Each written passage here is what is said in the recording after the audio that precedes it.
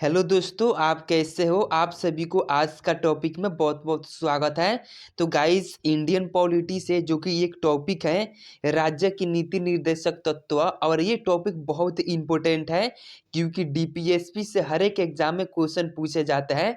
तो डीपीएसपी से 50 जो कि पी/क्यू क्वेश्चन है, और ये पी/क्यू क्वेश्चन जो कि UPSC, BPSC, SSC, GD, MTC, CGL, NDA, PCS में पूछा हुआ क्वेश्चन है। तो गाइज, ये टॉपिक से जितना क्वेश्चन बनता है जो कि एग्जाम में पूछा हुआ है, तो वही क्वेश्चन है, और ये क्वेश्चन आपके लिए बहुत इंपॉर्टेंट है। तो गाइज, आपका फर्स्ट नंबर क्वेश्चन है, नीति निर्देशक तत्व का महत्व किसके लिए है। तो फर्स्ट का आंसर हो जाएगा आपका ऑप्शन बी हो जाएगा। नीति निर्देशक तत्व का महत्व किसके लिए, तो राज्य के लिए है। तो फर्स्ट का आंसर हो जाएगा आपका ऑप्शन बी। 2 नंबर क्वेश्चन है, भारतीय संविधान के निम्नोक्त भागों में से किस एक में न्यायपालिका तथा कार्यपालिका के पार्थक्य का प्रावधान है। तो 2 का आंसर हो जाएगा आपका ऑप्शन सी में हो जाएगा। राज्य की नीति निर्देशक तत्व में है जो कि न्यायपालिका तथा कार्यपालिका के पार्थक्य का प्रावधान है राज्य की नीति निर्देशक सिद्धांत में। तो 2 का आंसर हो जाएगा आपका ऑप्शन सी। 3 नंबर क्वेश्चन है, समान कार्य के लिए समान वेतन भारत के संविधान में सुनिश्चित किया गया एक। तो सुनिश्चित किया गया यह एक क्या है, तो यह एक राज्य के नीति निर्देशक सिद्धांत का अंग है। तो 3 का आंसर हो जाएगा आपका ऑप्शन डी। 4 नंबर क्वेश्चन है, भारत के संविधान में अंतर्राष्ट्रीय सुरक्षा को प्रोत्साहन देना सन्निहित है। तो 4 का आंसर हो जाएगा आपका ऑप्शन बी हो जाएगा। राज्य की नीति निर्देशक तत्व में है जो कि भारत के संविधान में अंतर्राष्ट्रीय सुरक्षा को प्रोत्साहन देना सन्निहित है किसमें, तो राज्य की नीति निर्देशक तत्व में है। तो 4 का आंसर हो जाएगा आपका ऑप्शन बी। 5 नंबर क्वेश्चन है, नीति निर्देशक तत्व को कार्यान्वित करने के लिए क्या मूल अधिकारों का हनन हो सकता है। तो 5 का आंसर हो जाएगा आपका ऑप्शन बी हो जाएगा। क्या हो सकता है, तो कुछ का जो मूल अधिकार है उसका हनन हो सकता है जो कि नीति निर्देशक तत्वों को कार्यान्वित करने के लिए। तो 5 का आंसर हो जाएगा आपका ऑप्शन बी। 6 नंबर क्वेश्चन है, एक कल्याणकारी राज्य के संदर्भ में आदर्श वर्णित है। तो 6 का आंसर हो जाएगा आपका ऑप्शन ए हो जाएगा। राज्य की नीति निर्देशक तत्व में है जो कि एक कल्याणकारी राज्य के नीति निर्देशक आदर्शों का वर्णित है। तो राज्य की नीति निर्देशक तत्व में है। तो 6 का आंसर हो जाएगा आपका ऑप्शन ए। 7 नंबर क्वेश्चन है, मौलिक अधिकार एवं राज्य के नीति निर्देशक तत्वों के विषय में कौन सा कथन सही है। तो आपको बताना है मौलिक अधिकार एवं राज्य के नीति निर्देशक तत्व के विषय में कौन सा कथन इसमें से सत्य है। तो देखो गाइस, आपका इसमें ऑप्शन ए में है वे एक दूसरे के पूरक है, वे परस्पर विरोधी है। ऑप्शन सी में है कि उन दोनों में कोई अंतर नहीं है। ऑप्शन डी में है कि वे दोनों वाद योग्य है। तो 7 का आंसर हो जाएगा आपका ऑप्शन ए हो जा।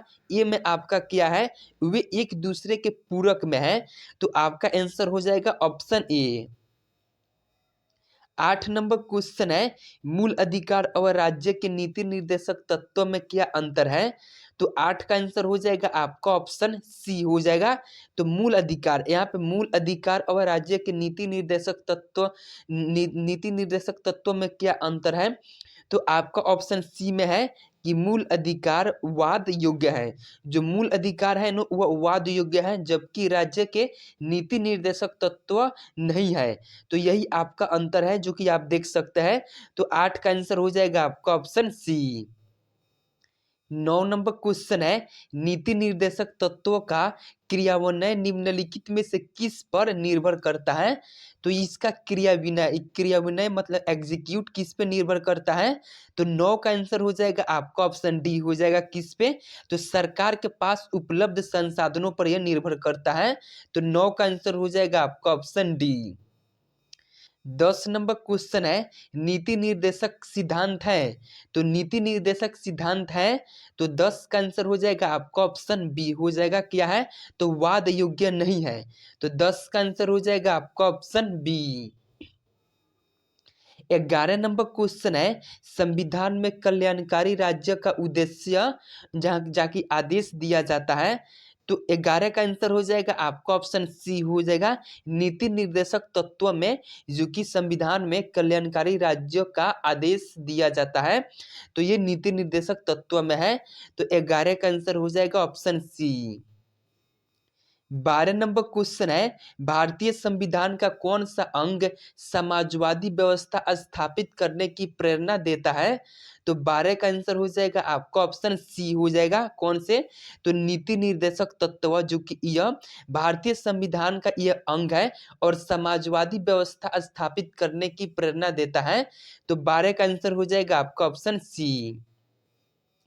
13 नंबर क्वेश्चन है, भारतीय संविधान में राज्य के नीति निर्देशक तत्व ग्रहण किए गए हैं। तो ये कहाँ से ग्रहण किए गए हैं नीति निर्देशक तत्व। तो 13 का आंसर हो जाएगा आपका ऑप्शन बी हो जाएगा, यह भारतीय संविधान में आयरलैंड से ग्रहण किए गए हैं, मतलब आयरलैंड के संविधान से लिए गए हैं भारतीय संविधान में। तो 13 का आंसर हो जाएगा आपका ऑप्शन बी। 14 नंबर क्वेश्चन है, राज्य की नीति निर्देशक तत्वों का उल्लेख भारतीय संविधान के किस भाग में है। तो आपका आंसर हो जाएगा किस भाग में है, तो भाग 4 में है। राज्य के यहाँ पे राज्य की नीति निर्देशक तत्वों का उल्लेख संविधान के किस भाग में है। तो ये ऑप्शन आपका ऑप्शन सी हो जाएगा, संविधान के भाग 4 में है। तो 14 का आंसर हो जाएगा ऑप्शन सी। 15 नंबर क्वेश्चन है, भारतीय संविधान के किस अनुच्छेद में राज्य के नीति निर्देशक तत्वों का उल्लेख है। तो यहाँ पे संविधान के किस अनुच्छेद में राज्य के नीति निर्देशक तत्वों का उल्लेख है। तो 15 का आंसर हो जाएगा आपका ऑप्शन सी हो जाएगा, अनुच्छेद 36 से 51 तक है। तो 15 का आंसर हो जाएगा आपका ऑप्शन सी। 16 नंबर क्वेश्चन है, संविधान का वो कौन सा भाग है जो जो संविधान के निर्माताओं के मस्तिष्क और उद्देश्यों को प्रतिबिंबित करता है।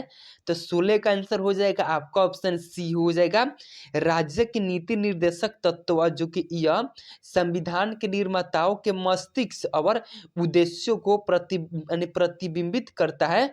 तो 16 का आंसर हो जाएगा आपका ऑप्शन सी। 17 नंबर क्वेश्चन है, राज्य के नीति निर्देशक तत्व में निम्नलिखित में से किन प्रकार के सिद्धांत अंतर्निहित हैं। तो किन प्रकार के सिद्धांत इसमें अंतर्निहित हैं। तो 17 का आंसर हो जाएगा आपका ऑप्शन डी हो जाएगा, उपयुक्त में से सभी हो जाएगा। आर्थिक सिद्धांत भी, सामाजिक सिद्धांत भी और प्रशासनिक सिद्धांत भी इसमें क्या है तो अंतर्निहित है राज्य के नीति निर्देशक तत्व में। तो 17 का आंसर हो जाएगा आपका ऑप्शन डी। 18 नंबर क्वेश्चन है, भारतीय संविधान में राज्य के नीति निर्देशक सिद्धांतों को शामिल करने के पीछे मुख्य उद्देश्य क्या था। तो ये जो नीति निर्देशक सिद्धांत है जो कि यह संविधान में शामिल करने का इसके पीछे का मुख्य उद्देश्य क्या था, तो वही आपको बताना है। तो 18 का आंसर हो जाएगा आपका ऑप्शन ए हो जाएगा, ऑप्शन ए में है कल्याणकारी राज्य की स्थापना करना, इसका यही उद्देश्य था, तभी इसको संविधान में जो कि शामिल किया गया था। तो 18 का आंसर हो जाएगा आपका ऑप्शन ए। 19 नंबर क्वेश्चन है, संविधान में राज्य के नीति निर्देशक तत्वों को शामिल करने के पीछे का उद्देश्य। तो संविधान में राज्य के नीति निर्देशक तत्वों को जो कि शामिल करने के पीछे का उद्देश्य क्या है। तो 19 का आंसर हो जाएगा आपका ऑप्शन सी हो जाएगा, सामाजिक आर्थिक लोकतंत्र की स्थापना करना, यही आपका उद्देश्य था। तो 19 का आंसर हो जाएगा आपका ऑप्शन सी। 20 नंबर क्वेश्चन है, निम्न में से किसने नीति निर्देशक सिद्धांतों को बैंक की सुविधा अनुसार दे उत्तर दिनांकित चेक कहा। तो 20 का आंसर हो जाएगा आपका ऑप्शन डी हो जाएगा, किसने कहा तो यहाँ पे के टी शाह ने जो कि राज्य के नीति निर्देशक तत्वों को बैंक की सुविधा अनुसार दे उत्तर दिनांकित चेक कहा है, किसने तो के टी शाह ने। तो 20 का आंसर हो जाएगा आपका ऑप्शन डी। 21 नंबर क्वेश्चन है, किस संवैधानिक संशोधन अधिनियम ने राज्य के नीति निर्देशक तत्वों को मौलिक अधिकारों की अपेक्षा अधिक प्रभावशाली बताया? तो 21 का आंसर हो जाएगा आपका ऑप्शन ए हो जाएगा। कौन से? तो यहाँ पे देखो 42वां संवैधानिक संशोधन अधिनियम 1976 के द्वारा जो कि यह नीति निर्देशक तत्वों को मौलिक अधिकारों की अपेक्षा अधिक प्रभावशाली बताया कि कौन से एक्ट, कौन से संशोधन? तो यहाँ पे 42वें संवैधानिक संशोधन अधिनियम 1900 जो कि 76। तो 21 का आंसर हो जाएगा आपका ऑप्शन ए। 22 नंबर क्वेश्चन है, भारतीय संविधान के किस अनुच्छेद द्वारा निम्न दुर्बल वर्गों को शिक्षा संबंधी सुरक्षा प्रदान की गई है? तो 22 का आंसर हो जाएगा आपका ऑप्शन बी हो जाएगा। अनुच्छेद जो कि 46 के अनुसार जो कि यहाँ पे दुर्लभ वर्गों को शिक्षा संबंधी सुरक्षा प्रदान की गई है अनुच्छेद 46 के तहत। तो 22 का आंसर हो जाएगा आपका ऑप्शन बी। 23 नंबर क्वेश्चन है, राज्य के नीति निर्देशक सिद्धांत में किस अनुच्छेद का संबंध अंतर्राष्ट्रीय शांति और सुरक्षा के संवर्धन से है? तो देखो आपसे यहाँ पे पूछा है राज्य के नीति निर्देशक सिद्धांत में किस अनुच्छेद का संबंध अंतर्राष्ट्रीय शांति और सुरक्षा के संदर्भ से है? तो 23 का आंसर हो जाएगा आपका ऑप्शन बी हो जाएगा। कौन से? तो ऑप्शन बी में है आपका अनुच्छेद 51 जो कि यह इसका संबंध अंतर्राष्ट्रीय शांति मतलब अंतर्राष्ट्रीय शांति बनाए रखना और उसके बाद सुरक्षा के संदर्भ से है। तो आपका आंसर हो जाएगा ऑप्शन बी। 24 नंबर क्वेश्चन है, संविधान के किस अनुच्छेद में न्यायपालिका का कार्यपालिका से पृथक्करण का उल्लेख किया गया है? तो 24 का आंसर हो जाएगा आपका ऑप्शन डी हो जाएगा। किसमें? तो अनुच्छेद 50 में जो कि यहाँ पे न्यायपालिका का कार्यपालिका से पृथक्करण का उल्लेख किया गया है अनुच्छेद 50 में। तो ये आपको याद रखना, एग्जाम में बहुत बार पूछता है। तो 24 का आंसर हो जाएगा आपका ऑप्शन डी। 25 नंबर क्वेश्चन है, भारतीय नागरिकों के लिए एक समान सिविल संहिता प्राप्त करने की बात कही गई है। तो देखो यहाँ पे एक भारतीय नागरिकों के लिए समान सिविल संहिता प्राप्त करने की बात की गई है। तो कौन सा अनुच्छेद में की गई है? तो 25 का आंसर हो जाएगा आपका ऑप्शन बी हो जाएगा। कौन से? तो 44 अनुच्छेद में की गई है जो कि समान सिविल संहिता प्राप्त करने की बात की गई है। तो 25 का आंसर हो जाएगा आपका ऑप्शन बी। 26 नंबर क्वेश्चन है, भारतीय संविधान के निम्नलिखित अनुच्छेदों में से कौन सा अनुच्छेद राज्य सरकारों को ग्राम पंचायतों को संगठित करने का निर्देश देता है? तो देखो इसमें से भारतीय संविधान में कौन सा अनुच्छेद है जो कि वह अनुच्छेद राज्यों के सरकारों को ग्राम पंचायतों को संगठित करने का यहाँ पर निर्देश देता है? तो 26 का आंसर हो जाएगा आपका ऑप्शन बी हो जाएगा। तो अनुच्छेद 40 में है, तो अनुच्छेद 40 में जो कि कहा गया है, तो आपका आंसर हो जाएगा ऑप्शन बी। 27 नंबर क्वेश्चन है, समान न्यायालय और निःशुल्क विधि सहायता का प्रावधान संविधान के किस अनुच्छेद में है? तो आपसे यहाँ पे समान न्यायालय और निःशुल्क विधि सहायता का प्रावधान संविधान के किस अनुच्छेद में है? निःशुल्क विधि मतलब निःशुल्क मतलब फ्री में जो कि कानूनी सहायता। तो 27 का आंसर हो जाएगा आपका ऑप्शन बी में है। तो ऑप्शन बी में क्या है? तो ऑप्शन बी में आपका अनुच्छेद 39 का ए में है जो कि इसे संविधान संशोधन कर इसे संविधान में डाला हुआ है। तो आपका आंसर हो जाएगा ऑप्शन बी। 28 नंबर क्वेश्चन है, भारतीय संविधान के अंतर्गत कल्याणकारी राज्य की अवधारणा निम्नलिखित में से किस अनुच्छेद में वर्णित है? तो आपसे पूछा हुआ है भारतीय संविधान के अंतर्गत कल्याणकारी राज्य की अवधारणा किस अनुच्छेद में वर्णित है? तो यहाँ पे देखो कल्याणकारी राज्य की अवधारणा, बस इतना ही।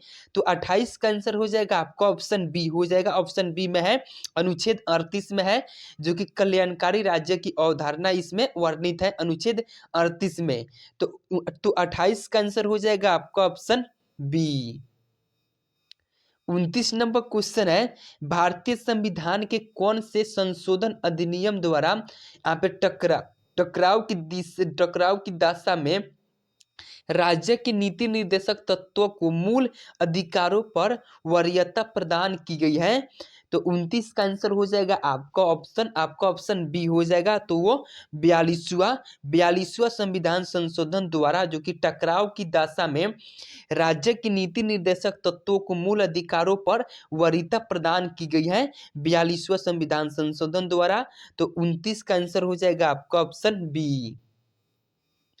30 नंबर क्वेश्चन है, राज्य के नीति निर्देशक सिद्धांत किस प्रकार मौलिक अधिकारों से भिन्न है। तो देखो यहाँ पे राज्य के नीति निर्देशक सिद्धांत किस प्रकार मौलिक अधिकारों से भिन्न है। तो आपका 30 का आंसर हो जाएगा आपका ऑप्शन सी हो जाएगा। किस प्रकार, तो सी में है, राज्य के नीति निर्देशक सिद्धांत परिवर्तनीय नहीं है। मतलब ये जो है नीति निर्देशक सिद्धांत है ये परिवर्तनीय नहीं है, जबकि मूल अधिकार यह परिवर्तनीय है। तो यही इसमें भिन्नता है। तो 30 का आंसर हो जाएगा आपका ऑप्शन सी। 31 नंबर क्वेश्चन है, राज्य के नीति निर्देशक सिद्धांतों के अनुसार किस आयु तक के बच्चों को निःशुल्क एवं अनिवार्य शिक्षा देने की आशा की जाती है। तो 31 का आंसर हो जाएगा आपका ऑप्शन ए हो जाएगा। 14 वर्ष से कम की बच्चे जो है उनको जो कि नीति निर्देशक सिद्धांत के अनुसार जो कि निःशुल्क एवं अनिवार्य शिक्षा देने की आशा की जाती है। तो 31 का आंसर हो जाएगा आपका ऑप्शन ए। 32 नंबर क्वेश्चन है, भारत के किस राज्य में समान नागरिकता संहिता लागू है। तो देखो ये किस राज्य में समान नागरिक संहिता लागू है। तो 32 का आंसर हो जाएगा आपका ऑप्शन डी हो जाएगा। कहाँ पे, तो गोवा में अभी लागू है। तो 32 का आंसर हो जाएगा आपका ऑप्शन डी। 33 नंबर क्वेश्चन है, नीति निर्देशक तत्वों का महत्व किसके लिए है। तो ये किसके लिए है, तो नीति निर्देशक तत्वों का महत्व किसके लिए है, तो ये राज्य के लिए है। तो 33 का आंसर हो जाएगा आपका ऑप्शन बी।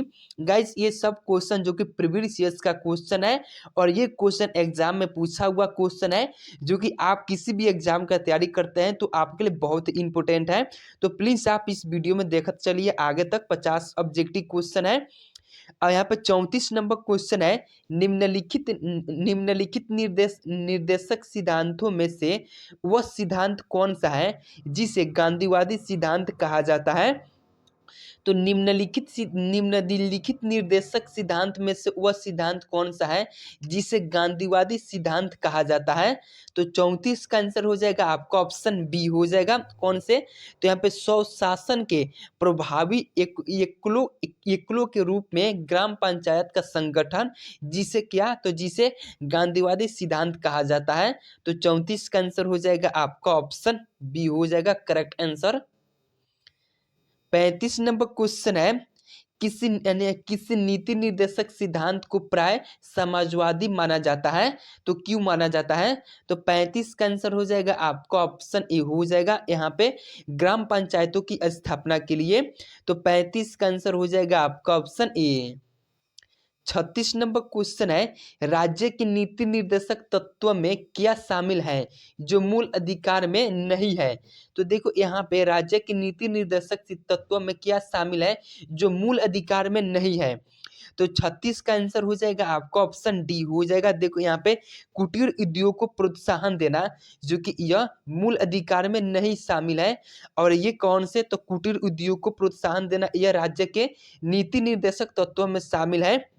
बाकी यहाँ पे अस्पृश्यता का उन्मूलन करना, यहाँ पे आने जाने की स्वतंत्रता और धर्म की स्वतंत्रता एक किस्में, तो ये मूल अधिकार में है। मतलब यहाँ पे ये तीनों जो है ये मूल अधिकार में है, बाकी ये राज्य की नीति निर्देशक तत्व में है। तो 36 का आंसर हो जाएगा आपका करेक्ट आंसर हो जाएगा ऑप्शन डी। 37 नंबर क्वेश्चन है, राज्य की नीति निर्देशक तत्व नहीं है। तो देखो इसमें से आपसे पूछा है कि कौन से राज्य की नीति निर्देशक तत्व नहीं है। तो 37 का आंसर हो जाएगा आपका ऑप्शन ए हो जाएगा। तो देखो यहाँ पे वैज्ञानिक मनोभाव के विकास का जो कि यह राज्य की नीति निर्देशक तत्व नहीं है। तो 37 का आंसर हो जाएगा आपका ऑप्शन ए। 38 नंबर क्वेश्चन है, निम्नांकित में से कौन सा राज्य नीति का नीति निर्देशक सिद्धांत नहीं है। तो निम्नांकित में से कौन सा जो कि राज्य नीति का नीति निर्देशक सिद्धांत नहीं है। तो 38 का आंसर हो जाएगा आपका ऑप्शन डी हो जाएगा। तो डी में निजी संपत्ति की समाप्ति, जो कि यह राज्य नीति का नीति निर्देशक सिद्धांत नहीं है, निजी संपत्ति की समाप्ति। तो 38 का आंसर हो जाएगा आपका ऑप्शन डी। 39 नंबर क्वेश्चन है, संविधान का कौन सा अंश भारत के नागरिकों को आर्थिक न्याय प्रदान करने के संकेत करता है। तो भारत के संविधान का कौन सा अंग, जो कि कौन सा अंश भारत के नागरिकों को यहाँ पे आर्थिक न्याय प्रदान करने की संकेत करता है। तो 39 का आंसर हो जाएगा आपका ऑप्शन ए हो जाएगा। कौन से, तो राज्य के नीति निर्देशक तत्व, जो कि यह नागरिकों को आर्थिक न्याय प्रदान करने का संकेत करता है, राज्य के नीति निर्देशक तत्व। तो 39 का आंसर हो जाएगा आपका ऑप्शन ए। 40 नंबर क्वेश्चन है, मूलभूत संविधान में कौन से भाग में राज्य लोक कल्याण की संकल्पना सम्मिलित की गई है। तो 40 का आंसर हो जाएगा आपका ऑप्शन डी हो जाएगा। राज्य की नीति निर्देशक तत्व में जो कि राज्य लोक कल्याण की संकल्पना सम्मिलित की गई है। तो 40 का आंसर हो जाएगा आपका ऑप्शन डी करेक्ट हो जाएगा। 41 नंबर क्वेश्चन है, भारतीय संविधान में राज्य के नीति निर्देशक सिद्धांत को किस मुख्य कारण से सम्मिलित किया गया है। तो भारतीय संविधान में राज्य के नीति निर्देशक तत्वों को किस मुख्य कारण से सम्मिलित किया गया है। तो 41 का आंसर हो जाएगा आपका ऑप्शन ए हो जाएगा। ए में है कल्याणकारी राज्य की स्थापना के लिए, जो कि इसलिए इस भारतीय संविधान में नीति निर्देशक सिद्धांत को सम्मिलित किया गया है। तो 41 का आंसर हो जाएगा आपका ऑप्शन ए। 42 नंबर क्वेश्चन है, काम करने के अधिकार को राज्य के नीति निर्देशक तत्व में निम्नलिखित में से किस अनुच्छेद के अंतर्गत रखा गया है। तो काम करने के अधिकार को राज्य के नीति निर्देशक में तो कौन सा अनुच्छेद में है। तो देखो 42 का आंसर हो जाएगा आपका ऑप्शन सी हो जाएगा। तो सी में है 41 है, तो अनुच्छेद 41 में है, जो कि काम करने के अधिकार को राज्य के नीति निर्देशक में रखा गया है। तो 42 का आंसर हो जाएगा आपका ऑप्शन सी। 43 नंबर क्वेश्चन है, निम्न में से कौन सा राज्य नीति निर्देशक तत्व में शामिल नहीं है। तो निम्न में से कौन से राज्य नीति निर्देशक तत्व में शामिल नहीं है। तो 43 का आंसर हो जाएगा आपका ऑप्शन बी हो जाएगा। तो आपका बी में है केवल दो इसमें से होगा। तो आपका दो में क्या है, तो यहाँ पे मादक पेयों और स्वास्थ्य के लिए हानिकारक औषधियों के औषधीय प्रयोजनों से भिन्न उपयोग का प्रतिषेध कूट। तो यही आपका केवल दो करेक्ट आंसर हो जाएगा, यह नीति निर्देशक तत्व में है। तो 43 का आंसर हो जाएगा आपका ऑप्शन बी। 44 नंबर क्वेश्चन है, निम्न कथनों पर विचार कीजिए। तो निम्न कथनों पर विचार कीजिए। तो आपका ऑप्शन ए में है, भारत के संविधान में पुरुषों और महिलाओं द्वारा समान कार्य के लिए समान वेतन देने को बढ़ावा देने के लिए कोई उपबंध नहीं है। आपका ऑप्शन 2 में है, भारत के संविधान पिछड़े वर्गों को परिभाषित नहीं किया गया है। उपयुक्त कथनों में से कौन सा सही है। तो देखो 44 का आंसर हो जाएगा आपका ऑप्शन बी हो जाएगा। बी में है केवल दो आपका करेक्ट हो जाएगा। भारत के संविधान में पिछड़े वर्गों को परिभाषित नहीं किया गया है, उपयुक्त यही आपका करेक्ट आंसर हो जाएगा। बाकी ये आपका ये गलत है आपका। तो 44 का आंसर हो जाएगा आपका ऑप्शन बी। 45 नंबर क्वेश्चन है, इनमें से कौन से राज्य के नीति निर्देशक सिद्धांत में सम्मिलित नहीं है। तो देखो इनमें से कौन से राज्य नीति निर्देशक सिद्धांत में सम्मिलित नहीं है। तो 45 का आंसर हो जाएगा आपका ऑप्शन डी हो जाएगा। सूचना का अधिकार, जो कि यह नीति निर्देशक सिद्धांत में सम्मिलित नहीं है। बाकी यहाँ पे मद्य निषेध काम का अधिकार, समान कार्य हेतु समान वेतन, ये जो है ये तीनों किस में है? तो ये नीति निर्देशक में सम्मिलित है। बाकी सूचना का अधिकार ये सम्मिलित नहीं है। तो 45 का आंसर हो जाएगा आपका ऑप्शन डी।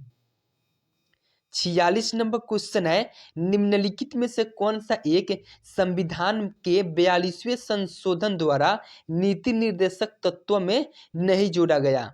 तो देखो यहाँ पे संविधान के 42वें संशोधन द्वारा नीति निर्देशक तत्व में नहीं जोड़ा गया। तो 46 का आंसर हो जाएगा आपका ऑप्शन सी हो जाएगा। तो सी में है आपका यहाँ पे सभी नागरिकों के लिए समान आचार संहिता, जो कि यह नहीं जोड़ा गया था। बाकी शोषण के युवाओं को तथा ये सब जोड़ा गया था। तो 46 का आंसर हो जाएगा आपका ऑप्शन ए। 47 नंबर क्वेश्चन है, भारत के कल्याणकारी राज्य होने का विचार पाया जाता है। तो आपका ऑप्शन डी हो जाएगा, ए और सी दोनों विचार पाया जाता है। और ऑप्शन ए में है संविधान की प्रस्तावना में भी, ऑप्शन सी में क्या है नीति निर्देशक के तत्व में भी। तो आपका करेक्ट आंसर हो जाएगा ऑप्शन डी।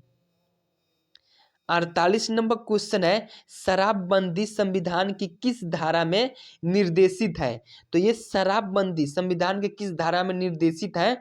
तो 48 का आंसर हो जाएगा आपका ऑप्शन ए हो जाएगा, धारा 47 में, जो कि निर्देशित है। तो शराबबंदी, तो आपका आंसर हो जाएगा ऑप्शन ए। 49 नंबर क्वेश्चन है, मूलभूत संविधान में से कौन से भाग में राज्य लोक कल्याण की संकल्पना सम्मिलित की गई है? तो देखो यहाँ पे मूलभूत संविधान में पूछा हुआ है, मूलभूत संविधान में से कौन से भाग राज्य लोक कल्याण की संकल्पना सम्मिलित की गई है? तो 49 का आंसर हो जाएगा आपका ऑप्शन डी हो जाएगा, राज्य के नीति निर्देशक तत्व में। तो 49 का आंसर हो जाएगा आपका ऑप्शन डी। 50 नंबर क्वेश्चन है, भारतीय संविधान का कौन सा अंग समाजवादी व्यवस्था स्थापित करने की प्रेरणा देता है? तो संविधान के कौन से भाग समाजवादी व्यवस्था स्थापित करने की प्रेरणा देता है? तो दोस्तों इस क्वेश्चन का आंसर आप लोगों को कमेंट बॉक्स में बताना है। तो गाइस, अगर आप किसी भी कॉम्पिटिटिव एग्जाम का, जो कि P/Q क्वेश्चन एग्जाम में पूछा हुआ क्वेश्चन टॉपिक बाय टॉपिक आप चाहते हैं कि तैयारी करने के लिए, तो आप हमारे चैनल से जुड़ सकते हैं। और यहाँ पे हर एक सब्जेक्ट का जो कि एग्जाम में पूछा हुआ क्वेश्चन होता है, कोई भी इंडिया का ऑल एग्जाम, तो उससे रिलेटेड जो कि टॉपिक बाय टॉपिक आपको ऑब्जेक्टिव मिलता है, जो कि वो भी पूरा डिटेल में। तो गाइस, तो आज के लिए इतना ही, फिर मिलते हैं नेक्स्ट टॉपिक में।